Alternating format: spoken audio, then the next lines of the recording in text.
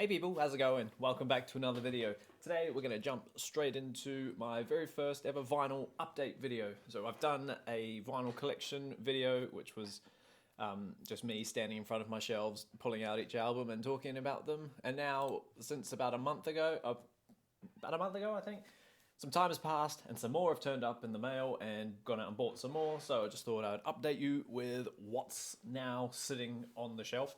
But anyway, so yeah, this one's just pure LP vinyl edition. They're all either re-releases or brand new, nothing old school. It's not enormous because because vinyls in this country cost heaps. So I think we'll start with the most expensive one. One of them, and I think the most brand new, like I say, everything else is a re-release, and that is the brand new Maiden album released on September 3rd called Senjutsu. Had to get this on triple LP. This album is really, really cool. There's been a lot of talk about how uncool it is and how Maiden have stepped into this this style, you know, basically the 2000s Maiden, where it's just all sort of the same. They have their singles and then they have their 8, 9, 10-minute songs that start off clean for about 4 minutes and then get heavy and then end clean again. You know, that's what Maiden is. That's what this album is full on. Like I say, it's triple. Came out September 3rd this year. I don't like the fact that it's triple, simply because sides 5 and 6, whatever they are in the alphabet, is it D and E? I don't know. E and F, whatever. They've got one song on each side, and does it need to be like that? No, in my opinion, not really. It doesn't need to have one 10-minute song on a side and then have to flip it. The album itself is like 80 minutes long, but when you're listening to it on vinyl, it's well over 2 hours because of how much time it takes to actually listen to it. If you include all the flipping that you have to do, it's a mission. I got it in smoky red and black. I think it was a JB Hi-Fi special edition, so I was like, yes please, I'll nab onto that. The lyrics are on the individual sheets, the sleeves that each album is in, but I think it's really cool. If you're interested, I did a Maiden ranking video. It's just popping up there, including this album. So if you're interested to see, I'm a die-hard Maiden fan, so if you're interested to see where I ranked this one, you should go look at that. But yeah, that's the first one that's on our list today, is Senjutsu. Really cool. Not as bad as people say it is, I reckon. Cool, moving on. Now, most of these have come from the same shop. There's like 1 or 2 really, really good vinyl shops in this country, and I was amazed that he scored this, and that was Bathory's 3rd album, I'm pretty sure, Under the Sign of the Black Mark, released in, does it tell me when? It doesn't. No, it actually doesn't. Obviously, it's like 1987, I think. I want to say 1987, I could be wrong. But yeah, I've got Bathory's first album, and this is like, it's still pinnacle Bathory for me. I think it's black metal with a lot more lead work, and it's just really, really awesome. It's dark, and it's evil, and it's Bathory. What more do you want? The songs on here, they're just so cool. Woman of Dark Desires is cool. Equimanthorm is fun. Enter the Eternal Fire. Eternal Fire? Eternal Fire, yeah. Nah, there's just some really, really cool stuff on here, so really cool to finally have that one. My second Bathory album now. That's really, really cool. These next 2 aren't heavy metal or rock in any way or shape or form, but they're probably the only artist that my entire family can like sit on and agree. We all listen to different types of music, and I'll show them at the same time just because they're the same artist. But that is the great king of British pop, Sir Robbie Williams. We got the first 2 albums. These got re-released literally last month. Almost to the day. Today's the 23rd. These got released September 24. We've got Life Through a Lens from 1997, and we've got I've Been Expecting You from 1998. Both these albums are awesome. Me and my 2 sisters ranked all of Robbie's albums, so go check that out if you're keen. Both these albums are great. They were supposed to be coloured, but they turned up black. So I was like, oh, okay, whatever.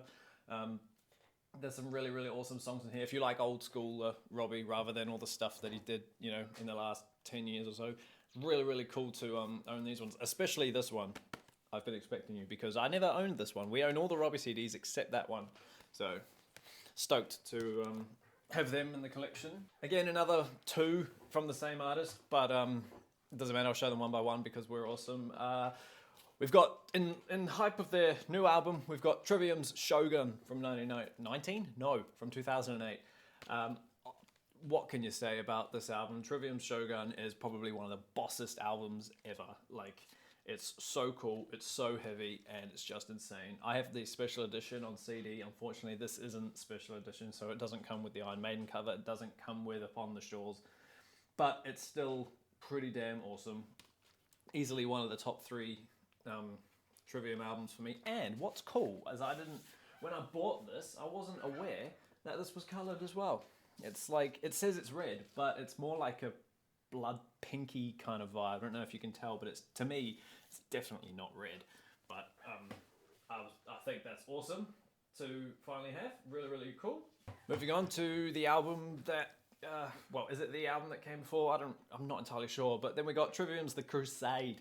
Now again, this one's really cool too, because like Shogun, it's colored as well. It matches the color of the logo, and it's like that cool teal aqua kind of, it's almost transparent, you can almost see through it, but not quite. But that's really, really awesome. I love that those 2 are colored, because I didn't actually care, like I didn't expect them to be colored, but they were, and it's cool. Really, really cool. It's funny when you buy an album and you're like, oh, this doesn't tell me the tracks on it anywhere. If it's wrapped up in cellophane, you've got no idea of knowing what's on it. So thankfully, already being a fan of this album, it was second nature. I didn't have to ask, like, do I want it? Yes, of course you want it. Really, really awesome album. Really, really cool. Jumping back in time a bit more now. This one, I had to wait online for ages for this one. They said it was available here, but I don't think it was. And that is Aussie Osborne's solo debut album, Blizzard of Oz, from 1980. This one's obviously not 80. This is a 40th edition, 40th year anniversary edition. And fun fact as well, I didn't realize how many of them there were, but this one's colored as well. It's very, very faint and it's very, very minimal, but it's like a splattered blood gray one. Oh, that's cool too. Look at that. Blizzard of Oz. Very nice. But yeah, this album's cool. It's been played already quite a bit in our house, and probably because it's, not as aggressive as the other music that I have on the shelf. But anyway, yeah, it's really cool songs on here. Obviously, Crazy Trains from here, Revelations, No Bone Movies is a hilarious song. One of the more weirder ones. Suicide Solution. Oh, great song. Great song. Great album. Go get it. Now, this is one of the more recenter ones that I've brought. Like, literally, this one turned up yesterday, and that is Senjutsu's Iron. This is their second, I think, for the second release. I've got Victory songs, and I've got the debut and Unsung Heroes on CD. I've got Victory songs on both. But yeah, it was really, really cool to own this one. Pretty sure that this one's just black. This one's not colored at all. But I think this album's awesome. Iron, Sword Chant, and Into Battle. Into Battle is probably the best song, and it's got a Battery Metallica cover, so I'm excited. I haven't played it yet, but I'm excited to see what that sounds like. I'm surprised I haven't actually heard it, but yeah, Senjutsu's Iron, very, very cool. This next album's not mine. This one's my partner's. She's a big fan of Kiwi New Zealand music, and of course, so she had to get the ones from the OGs, and that is The Dudes, Bliss on Wax. We saw these guys live on a tour that they did last year, and she loved it, and so she saw this and was like, yes, please, yoink. So she nabbed that. It's just like the greatest hits, I think, pretty much of their 2 albums that they've done in the 70s. So yeah, we played it the other night, and it's actually a really, really cool Saturday night sort of album. Nothing flash. It's not a gatefold. It's just single. Of course, it takes like half an hour to play, but yeah, no, really cool, really fun. I bought this one along with Iron, so it just turned up yesterday, and again, in hype of the new album, I nabbed Cradle of Filth's Midnight at the Labyrinth, in the Labyrinth rather. So yeah, no, I'm quite stoked to own this. I love the artwork, and I love the name of it, Midnight in the Labyrinth. It's so romantically gothic. It's just really, really awesome. Double-sided as well, and it's just, yeah, really, really awesome. I'm waiting for the day that Godspeed of the Devil's Thunder gets remade, because that's my favorite one, and Amphetamine, I think it's called, yeah, the orange one. So Can't wait for that one. But anyway, yeah, Midnight in the Labyrinth, really, really cool. I'll probably be playing that later, to be honest.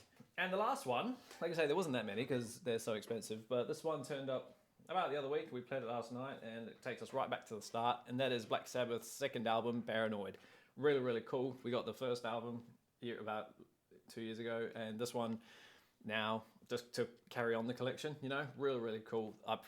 Do I prefer this one to Black Sabbath? Yeah, I'm not sure. I don't know which one's better because they both have different awesome things about them. But yeah, really, really cool to own this one, even though it's a quick 30-minute album. It's a gatefold, and that's what I love about these older ones where they get remade and they turn them into fat. They make them fatter so you can read the spines. It's just so much better, and just, oh yeah, really, really cool. Black Sabbath, Paranoid. Awesome as team, literally welcome.